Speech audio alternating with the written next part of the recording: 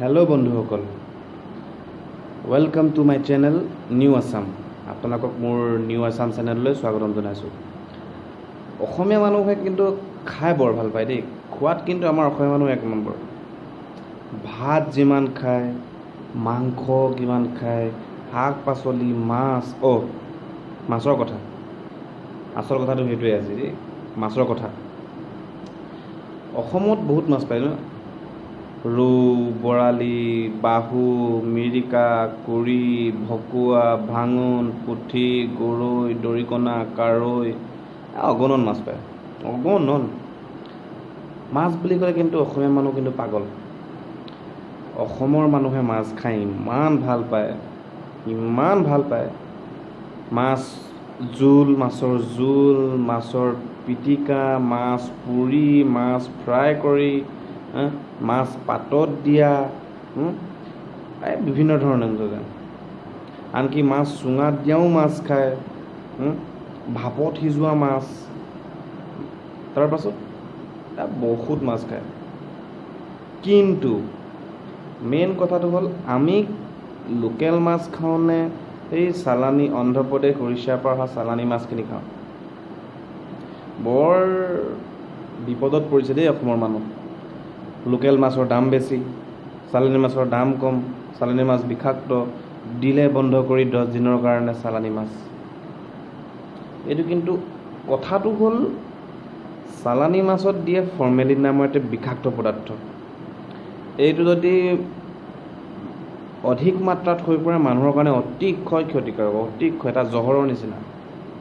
তথাপিও অসমৰ মানুহে মাছ খায়, সেই চালানী মাছখিনি খাই থাকে।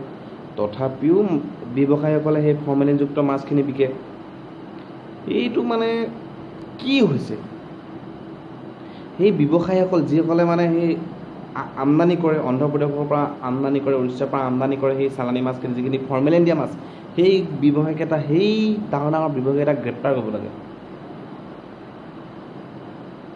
অসম পুলিচ, অসম চৰকাৰ, প্ৰশাসন এইবোৰত নাচায়। কি নাচায়?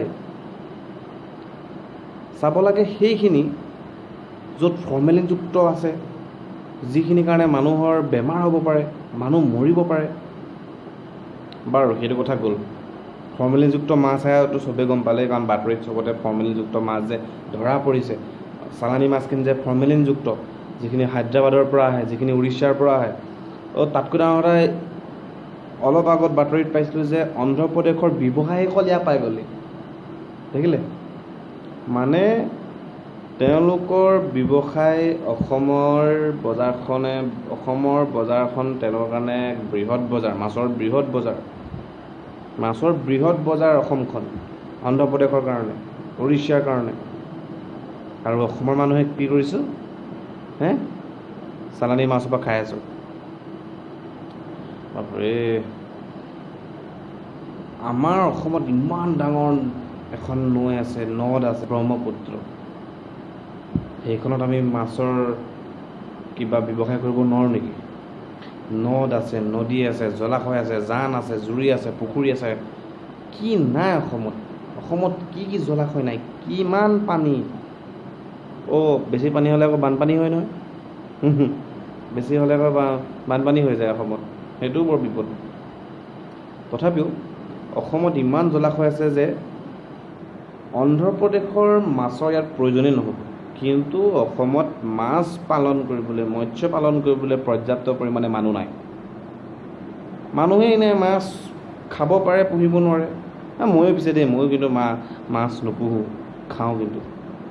তথাপিও অসমত ইমান জলাশয় আছে, চৰকাৰে সেইটো কিন্তু এটা কাম কৰিব পাৰে যে অসমৰ প্ৰতিটো জলাশয়ত মৎস্য পালন লগাই দিয়ক। অন্ধ্ৰপ্ৰদেশ ডুবি যাব, অন্ধ্ৰপ্ৰদেশৰ মাছৰ ব্যৱসায় ডুবি যাব। অন্ধ্ৰপ্ৰদেশৰ মাছ ডুবিলে আৰু 10 দিনৰ কাৰণে বন্ধ কৰোঁতে ইমান চিঞৰ বাখৰ কৰা। অন্ধ্ৰপ্ৰদেশৰ ব্যৱসায় আহি পিনে অসম পাই গৈছে, সংবাদ মেল পাতিছে। তথাপিও সেই মাছখিনিত ফৰ্মেলিন ধৰা পৰিলে। কিন্তু কথাটো হ'ল, সেই ফৰ্মেলিনযুক্ত মাছখিনি যে আনে, সেইখিনি আজিহে ধৰা পৰিছেনে? আগতেও ধৰা পৰিছে। তথাপিও কিন্তু চলাই থাকে। কেলৈ? পইচা, চিণ্ডিকেট ৰাজ। মাফিয়া ৰাজ লুণ্ঠন তথাপি চলি আছিলে। কিন্তু এতিয়া অকণমান ষ্ট্ৰিক্ট হৈছে নিচিনা মোৰ লাগিছে প্ৰশাসন। সেই ব্যৱসায়ী কেইজনক ধৰক, যিকেইজনে ফৰ্মেলিনযুক্ত মাছ বিকে, যিকেইজনে মাছৰ নামত মানুহক বিষ খুৱাই আছে, সেইকেইজনক ধৰক। সেইকেইজনক কেলৈ নধৰে? সেইকেইজনক কেলৈ এৰেষ্ট নকৰে? এৰেষ্ট কৰক। তাতকৈ অসমৰ মানুহক হাতযোৰ কৰিছোঁ, আপোনালোকে মৎস্য পালন যদি কৰে অসমত মাছৰ চাহিদা যিমান চাহিদা আছে, মানুহে মাছ খাই ভাল পায় ন, মাছৰ যি নহওক যেনেকৈ নহওক খাই ভাল পায়তো, সেই চাহিদা অনুপাতে অসমত মাছ উৎপাদন হৈ যাব। অন্ধ্ৰপ্ৰদেশৰ মাছৰ কোনো প্ৰয়োজন অসমত নাইকিয়া হ'ব। কিমান জলাশয় আছে অসমত, কিমান জলাশয় আছে, বিল আছে, নদী কিমান আছে, কি ক'ম আপোনালোকক। তো আজি ভিডিঅ'টো আছিলে সেইটো কাৰণে। আৰু ক্ষমা কৰিব যে মই আপোনালোকক কিছুমান বিদেশৰ মই কিছুমান আপোনালোকক নীতি নিয়ম ক'ম বুলি ভাবিছিলোঁ, মানে যিবোৰ মানুহে গম নাপায়, এখন দেশৰ কথা ক'ম বুলি ভাবিছিলোঁ। নেক্সট ভিডিঅ'টোত ক'ম বুলি মই কৈছিলোঁ আগৰ ভিডিঅ'টোত, কিন্তু তাৰ কাৰণে ক্ষমা কৰিব, মই দিব নোৱাৰিলোঁ মানে সেইকাৰণে এইটো অতি মানে এটা স্পৰ্শকাতৰ বিষয় হৈ গ'ল যে অসমৰ মানুহে মাছৰ নামত বৰ বিষ খাই আছে। তো সেইকাৰণে ভিডিঅ'টো আজি বনালোঁ। আপোনালোকে কথাটো ভাবিব, লোকেল মাছ খাব নে চালানী মাছ সেই বিষখিনি খাব, জহৰখিনি খাব।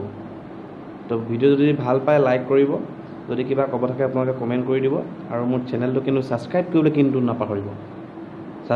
কিন্তু নাপাহৰিব দেই। Thank U.